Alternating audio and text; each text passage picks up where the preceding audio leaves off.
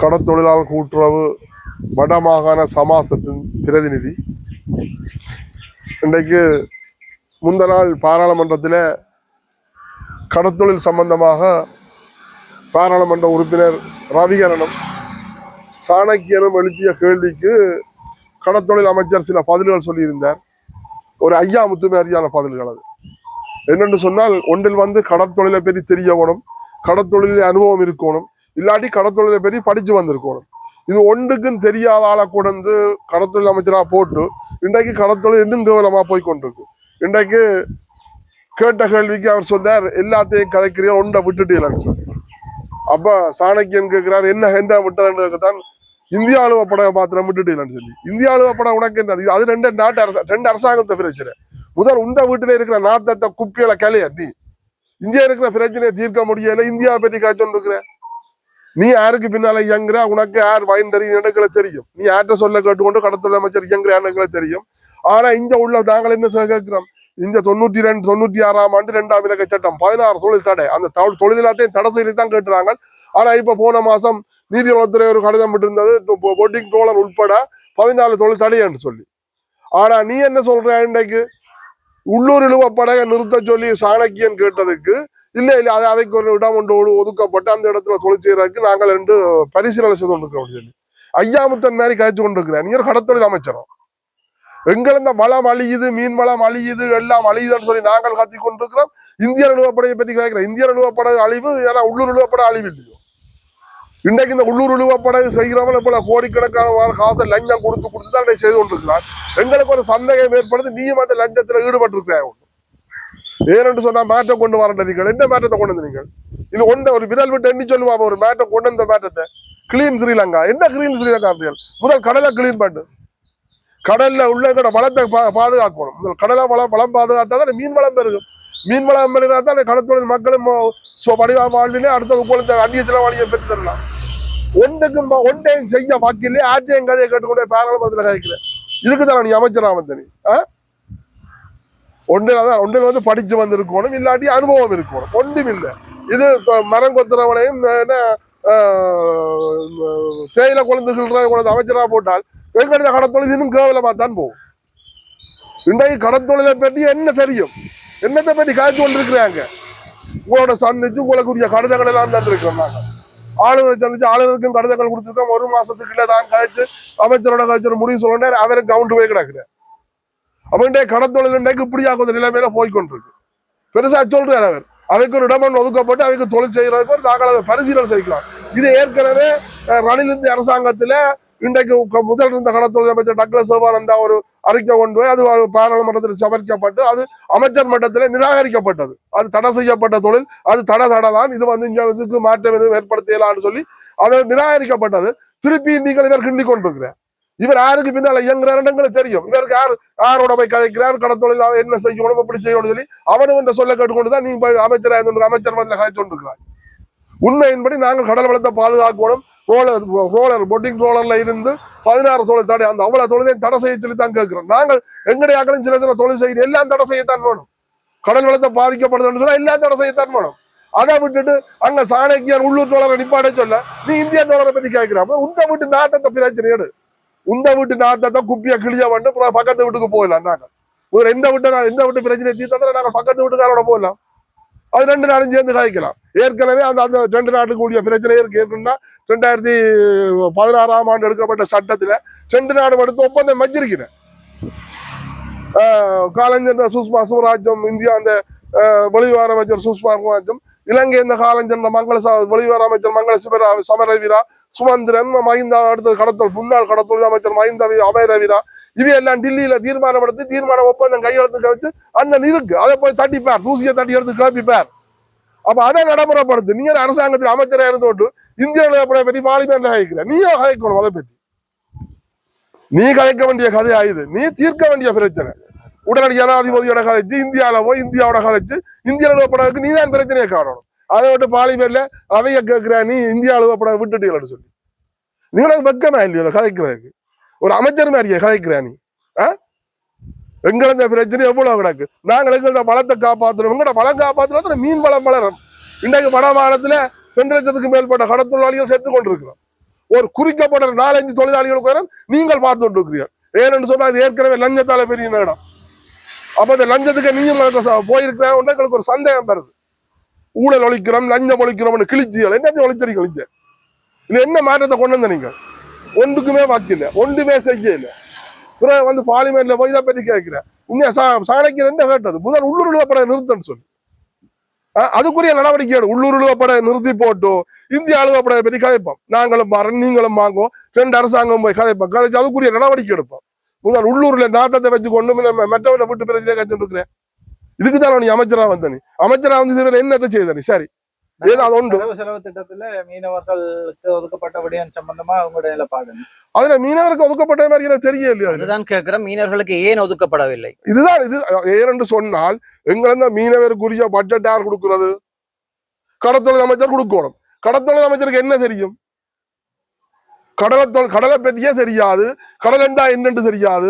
அது நீங்க அப்படி கடத்தொழில் அமைச்சர் அப்ப இதுவெல்லாம் தெரிஞ்சாதான் கடத்தொழில் எவ்வளவு பாதிப்பு இருக்கு, எந்த மக்கள் பாதிக்கப்பட்டிருக்கிற, இந்த இந்திய அளவுப்படால பாதிக்கப்பட்டிருக்கிற, உள்ளூர் அளவுப்படால பாதிக்கப்பட்டிருக்கு, சுருக்கு வழியால பாதிக்கப்பட்டிருக்கு, இன்றைக்கு சாப்பிட வழி இல்லாமல் கிட்ட நிலைமை போய்கொண்டிருக்கு. அதுகள் எல்லாத்தையும் கவனத்துல பெறணும். மக்களை சந்திக்கணும், சமாசங்களை சந்திக்கணும், சங்கங்களை சந்திக்கணும், போய் மக்களை சந்திக்கணும், நல்ல முடிவுகள் எடுக்கணும். இது ஒரு முடிவும் இல்லை. யாரும் ஒருத்தன் சொல்ற கதையை கேட்டுக்கொண்டு இவர் இயங்கி கொண்டிருக்கிறேன். இன்றைக்கு நாங்கள் சரி மாற்றத்தை கொண்டு வர போறாங்க, இன்றைக்கு மாற்றம் பெற போட்டு எல்லாரும் எதிர்பார்க்கிறாங்க. என்ன மாற்றத்தை கொண்டு வர போறோம்? என்ன மாற்றத்தை கொண்டு வந்து நீங்கள் ஒன்றத்தை விரல் விட்டு சொல்லுங்க பார்ப்போம். ஒன்றுக்கும் பாக்கில உங்களால் ஒன்றுமே செய்ய முடியாது, உங்களால் ஏறாது. என்ன உங்களுக்கு பார்லிமெண்ட்ல என்ன கதைக்கிறேன்னு தெரியல. கேட்கிற கேள்விக்கு சாணக்கியன் கேட்ட கேள்விக்கும் ரவிகரன் கேட்ட கேள்விக்கும் என்ன பதிலை சொல்லு? நீங்கள் ஒன்றை விட்டுட்டீர்கள் இந்திய நிறுவப்பட, இதோ உண்ட பதில். சாணக்கியன் என்ன கேட்டவன் முதல் உள்ளூர் நிறுவப்பட நிறுத்த சொல்லி அதுக்கு சரியான பதில் இல்லை. அவைக்கு ஒரு இடம் பார்த்து ஒதுக்கப்பட்ட இடத்திலே தொழில் செய்ய விட போறீங்க. இவ்வளவு மாதிரி கிழிச்சு கொண்டு இருக்காங்க. எல்லாரும் காசுகளை வேண்டி போடி லஞ்சம் வேண்டி வேண்டி வேண்டி வேண்டி வேண்டி தங்களோட பாக்கெட் எல்லாத்தையும் நிரப்பி நிரப்பி அதைத்தானே செய்து கொண்டு இருக்காங்க. அதுக்குனால நீயும் துணை போயிருக்கிற. ஏன் மாற்றத்தை கொண்டு வந்து நீயும்? சரி, இன்றைக்கு வட மாகாணத்துல இன்றைக்கு 52,000க்கும் மேற்பட்ட கடத்தொழில் மக்கள் இருக்கிற, 2,50,000 உரிய தொழிலாளி இருக்கிற குடும்பங்கள் 52,000 குடும்பங்களுக்கு மேல 2,50,000 தொழிலாளி இருக்கிற. இன்றைக்கு என்ன செய்தி நீங்கள் இந்த தொழிலாளிகளுக்கு? ஏதாவது மாற்று திட்டம் கொண்டு வந்தீங்களோ? இந்த தொழிலாளிகளுக்கு என்ன செய்திகள்? திரும்பியும் அழிவு தொழிலுக்கு தான் நீங்கள் முன்னுரிமை கொடுக்குறீங்க. நாங்களே ஏற்கனவே சொல்லியிருக்கோம், வெளி மாவட்டக்காரருக்கு இந்த அட்டைக்கு அனுமதி கொடுக்க வேண்டாம். இன்னைக்கு வெளி மாவட்டக்காரருக்கு அட்டைக்கு அனுமதி கொடுக்குறாங்க. இன்னைக்கு எங்கூட கடலை நாசமாக்குறாங்க. இரவிரவா போய் கடலை சுழி விடுறாங்க. ஒரு படையில 3 பேர் 4 பேர் போறாங்க, 3 பேர் இறங்குறாங்க. 500 படை கண்டா 1500 பேர் அந்த கடலை நாசமாக்குறாங்க. அப்ப எல்லாருக்கும் அங்க இருந்து நீங்க துறந்து பிடிக்கிறீங்க. நீங்கள் எல்லாருக்கும் அங்க இந்த லஞ்சங்களை கோடிக்கணக்கில் லஞ்சங்கள் எல்லாத்தையும் வேண்டி வேண்டி போட்டு இங்கே அனுப்புறீங்க. இங்க நாங்களும் சாகிறது அவரவர் மாவட்டத்தில் அவரை தொழில் செய்ய வேண்டியானே புரிய இங்கே அனுப்புறீர்கள். ஏன்னா தமிழில் எல்லாரும் நசிச்சு நாசமாக்கி எல்லாரும் சாகடிக்கிற கோயில் வந்துருக்கிறீங்க. இப்படியா கொத்த வசனம் தான் நீ இருக்கா பார்லிமெண்ட்ல விட்டது. நாங்கள் அடிச்சா ஓடி ஒளிகிறதுக்கு இடம் இல்லை என்று சொல்லி யாருக்கு விட்டது? இன்றைக்கு அர்ஜுனா சொன்ன கதை கோயிலும் இப்படியா கொத்த அர்ஜுனாவை நேரம் தாக்கி இருக்கலாம். அர்ஜுனா அந்த பேரை சொல்லி தாக்கி இருக்கலாம். அவர் சொன்ன வசனம் நாங்கள் அடித்தால் நீங்கள் ஓடி ஒளிகிறதுக்கு இடம் இல்லை. அப்ப நீயும் இனவாதத்தை தான் காக்கி கொண்டிருக்கிறார். நீ இந்த கதை சொல்லிய நீ வெக்கப்பட்டிருக்கணும். நீ எங்க வந்து ஒழிச்சிருந்த? நீ அரசாங்கம் உங்களை தேடி வேட்டியாடி கொண்டிருக்கல. நீங்கள் எங்க வந்து ஒழிச்சிருந்தீங்க? பவனியால வந்து இந்த போராட்ட அமைப்புகள் போராட்ட குழுக்களோட தஞ்சம் வந்து அவர்கள் கூட அவர் மாசக்கணக்கில் ஒழிச்சிருந்தா நீங்கள் போனீங்க. அப்ப உங்களுக்கு அடிக்க உங்களுக்கு ஓடி ஒழிக்க இடம் இல்லாமல் தமிழர்கிட்ட வந்து தஞ்சம் மூத்தனீங்க. தஞ்சம் மூத்து அடக்கலமா இங்கே இருந்து சாப்பிட்டு இங்கே இருந்து போனீங்க. பிறகு நாங்கள் அடித்தா ஓடி ஒழிக்க இடம் இல்லைன்னு சொல்றேன். உனக்கு வெக்கமா இல்லையா இந்த கதை சொல்றதுக்கு? இவ்வளவு காலத்திலையும் நிறைய தமிழ் பாராளுமன்ற உறுப்பினர்கள் இந்த பாராளுமன்றத்துக்கு செல்ற போது நேற்று அன்றைக்கு யாரோ குறிப்பிட்ட மாதிரி நேற்று முளைத்த காளான் என்ற குறிப்பிட்ட போல நேற்றைய நாளில் அர்ஜுனாவின் பாராளுமன்றத்தின் முழக்கம் சம்பந்தமாக உங்களுடைய கருத்து என்ன? அப்படி ஒரு தன்மான தமிழனா அல்லது ஒரு வெறி கொண்ட தமிழனா எழுந்ததாக ஊடகங்களில் பரவி வருகிறது. உண்மையின்படி அர்ஜுனா அவர்கள் இதுக்கு முதல் கதைச்ச இடங்கள்ல சில பிள்ளைகள் இருந்தது, சில தப்பான கதைகளை கதைச்சவர். உண்மையின்படி நாங்கள் அர்ஜுனா பற்றி ஏற்கனவே ஆரம்பத்துல நல்ல மாதிரி தான் நான் அர்ஜுனா பற்றி சொன்னால் பிறகு திடீரென்று சில விஷயங்கள் கதைச்சால் எங்களுக்கு ஒரு மன கசப்பா போறது. ஆனா நேற்று நாங்கள் பாராளுமன்றத்துல அர்ஜுனா கதைச்ச கதை உண்மையா அது என்னென்ன எங்களுக்கே சொல்றேன்னு தெரியல. நானே அந்த நியூஸா 4 தடவை திருப்பி பார்த்தேன். எங்களோட மக்கள் எல்லாருக்கும் நான் அதை அனுப்பி கொண்டே இருந்தேன். அர்ஜுனா ஒரு நாள் இன்னைக்கு பாராளுமன்றத்தில் இப்படியாக வாசனம். உண்மையின்படி அர்ஜுனா புள்ளி விவரத்தோட கதைக்கிற சரி. உண்மையின்படி இவ்வளவு காலமும் எங்கள் இந்த தமிழ் அமைப்புகள் பாராளுமன்றத்துல போய் அவங்களெல்லாம் என்னத்துக்கு போறவங்க தங்கட சுயநலத்துக்கு தான் போறவங்களே தவிர தமிழர்கிட்ட நிலங்கரிக்கிறதும் போயில. எங்களுக்கு முன்னால வந்து இங்க வீரவசனம் பேசுவாங்க. ஏனென்றா நான் பார்லிமெண்ட்டுக்கு 10-15 தூரம் போயிருக்கிறேன். எங்களோட கடத்தொழில் சம்பந்தமாக கதைக்கிறதுக்கு எங்களோட குழு, நான் தனியாண்டு இல்லை, எங்களோட குழு நாங்கள் 10 பேர் 8 பேர்ன்னு சொல்லி நாங்கள் பார்லிமெண்ட்டுக்கு ஒரு 10-15 தூரம் போயிருக்கிறோம். அங்க போயக்குள்ள சும்மா கழிச்சு போட்டு அங்க போய் பார்த்தா எல்லாரும் கை கொடுப்பாங்க, எல்லாரும் ஒன்றா இருந்து சாப்பிடுவாங்க, சேர்த்தடி இருப்பாங்க, சந்தோஷமா தோல்ல தட்டுவாங்க, கொஞ்சம் கொண்டு வருவாங்க. இங்க வந்து வீரவசனம் பேசுறது, நான் அதை செய்யறேன் இதை செய்யறேன் புடுமுறை அதுக்குள்ள வைக்கிறேன் இதுக்குள்ள வைக்கிறேன்னு சொல்லி இந்த வீரவசனம் பேசுறாங்க. ஆனா அங்க போய் ஒன்றா செய்யறாங்க. உண்மை அர்ஜுனா ஒரு மாற்றமானாள். உண்மையின்படி நேற்றைய வசனத்தை பார்த்தேன். உண்மையின்படி அதுல அர்ஜுனா பேசுறதுல எந்த விதமான தப்பும் இல்லை. அதை நாங்கள் 100க்கு 100 வரவேற்கிறோம். இப்படியாக வசனங்களை தான் பேசப்படும். எங்களது நாட்டுக்கு என்ன தேவையோ அதுகளை செய்யப்படும். உண்மையின்படி ஒதுக்கப்பட்ட பட்ஜெட்டுகளை பற்றி சொல்லிக் கொண்டு வந்தார். உண்மையை நாங்கள் வரவேற்கிறோம். இன்றைய வரை ஒரு தடவை எங்கள் பாராளுமன்றத்தில் அப்படி கதைக்கல, ஒரு தமிழ் எம்பி மேல ஒரு தரம் கதைக்கல. இன்றைக்கு உண்மையின்படி பாராளுமன்றத்தில் உண்மை அர்ஜுனா அதை பற்றி கதைச்சதுக்கு நாங்கள் உண்மை அர்ஜுனாக தலை வணங்குகிறோம். ஏனென்று சொன்னால் அப்படியாக வசனம் அது வீரத்தமிழர் என்று சொல்றதோ அல்லது தங்க தமிழர் என்று சொல்றதோ அது என்ன தமிழர் என்று சொல்றதோ எனக்கே தெரியல. ஆனா இதே மாதிரி தான் கதைக்கணும். அதை விட்டுட்டு தகாத வார்த்தைகள் கதைக்காமல், தகாத வார்த்தைகள்ல செயற்படாமல், உன் மக்களுக்கு என்ன தேவை, நாட்டுக்கு என்ன தேவை, எங்கட நகரத்துக்கு என்ன தேவை, எங்கட கிராமத்துக்கு என்ன தேவை, அதுகளை கதை இதுகளை கதை நேற்று முன்னேற இப்படித்தான் கதைக்கணும். பாராளுமன்றத்துல இவ்வளவு காலம் இல்லாத ஒரு வசனத்தை நாங்கள் கேட்டிருக்கோம். நானும் எந்த அறிவுக்கு பாராளுமன்றத்துல இப்படி ஒரு கதையை நான் கேட்கல. உண்மையின்படி நாங்கள் நல்லா தான் இருந்தது. உண்மையின்படி நாங்கள் அதை வரவேற்கிறோம். அதே போலதான் இன்றைக்கு இந்தியா நிறுவப்படைக்கு எதிரான முறையில் நாளை இன்றைக்கு ஒரு போராட்டம் ஒன்று செய்ய போகிறேன்னு சொல்லி ஒரு தகவல் உண்டு. நீங்கள் நாளை இன்றைக்கு போராட்டம் செய்யறீங்க, உள்ளூர் நிறுவப்படை நிறுத்த சொல்லி போராடுவோம். இது கட்சி இந்திய ஆட்கள் வந்து அவை அந்த சொல்ல கேட்டோடு நீங்கள் போராடுறீர்கள். இந்திய நிறுவனப்படைக்கா போராட தர நாங்களும் போராடினாங்க இல்லையான்னு சொல்லி இல்லை. உள்ளூர் நிறுவப்படைக்கும் சேர்த்து போராடுவோம். இந்திய நிறுவப்படையா உள்ளூர் நிறுவப்பட மோசமா இருக்கு, அதுக்கும் சேர்த்து போராடுவோம். எங்கட வீட்டு பிரச்சனை முதல் தீர்த்து கொண்டு அடுத்த கட்ட நகர்வை நாங்கள் எல்லாரும் சேர்ந்து இந்தியர்களோட எதிரான முறையில நாங்கள் நகர்த்துவோம். அதை விட்டு இன்றைக்கு மண்டதியை எடுத்து பார்த்தாலும் மண்டதியில் எதாலையும் ஒன்றாலையும் பாதிக்கப்படையில்லை. ஆனால் எங்கள் மக்களுக்கு ஆதரவு கொடுத்தால் அதை நாங்கள் வரவேற்கிறோம். அதை வந்து உண்மையின்படி சமாசங்கள் சங்கங்கள் சம்மேளனம் சொல்லி எல்லாம் இருக்கு. அதுகள் எல்லாம் இன்றைக்கு தலைகட்டு குனிஞ்சு போய் நிற்குது. ஒரு கேவலம் கட்டு ஒரு கூட்டுறவு திணைக்களத்தால இன்றைக்கு உண்மையின்படி ஒரு சம்மேளனம் வந்து உண்மையின்படி ஒரு நல்ல அதிகாரமா நல்ல மாதிரி நடந்து கொண்டிருந்த சம்மேளனத்துக்கு அடுத்தது இந்த கூட்டுறவு திணைக்களம்.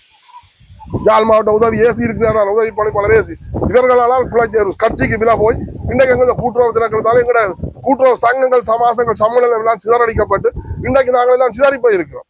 திருப்பியும் அது ஒண்ட கூட்டுக்கோன்னு சொன்னா அது கூட்டுறக்கூடிய நடவடிக்கைகளே இல்லை.